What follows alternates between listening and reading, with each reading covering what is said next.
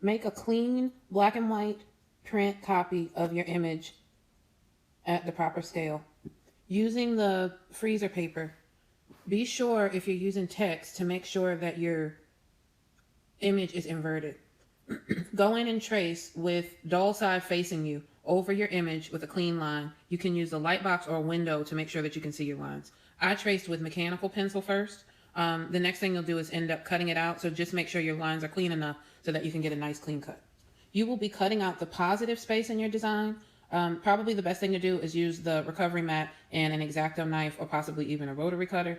I used the scissors just to pierce my first hole and then used a small Olfa knife just to go in and cut out the positive, so the image that was black on what I traced. Any smaller pieces that are negative space inside of your positive area, you need to keep those so that you can put those back into your design before you do the stencil. So anything that you cut out that is inside of your positive space, which you'll see in the ironing section of this, you need to make sure you hold on to those pieces and keep them intact.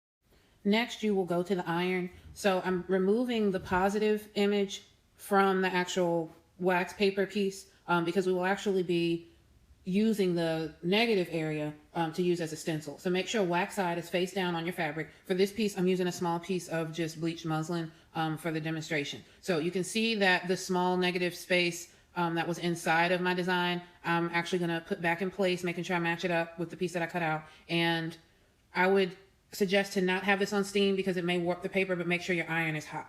You're going to go in and just iron this down, making sure that all the edges are down and that they are sealed around the cut edges of the wax paper.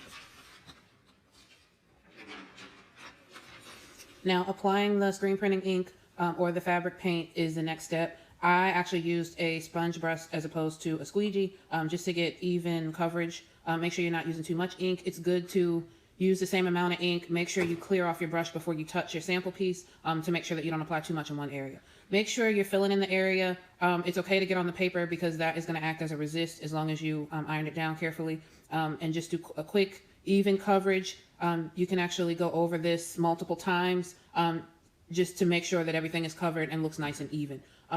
Now is the time that I would suggest to use the air dryer. It does take a long time to have this just dry, just sitting out, and sometimes it will warp. So using the blow dryer, that will allow it to dry quickly and you're able to heat set it. Later we will heat set it with the iron.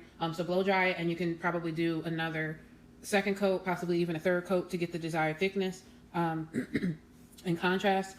Once the design is completely dry, go in using a pressing cloth and just iron over it.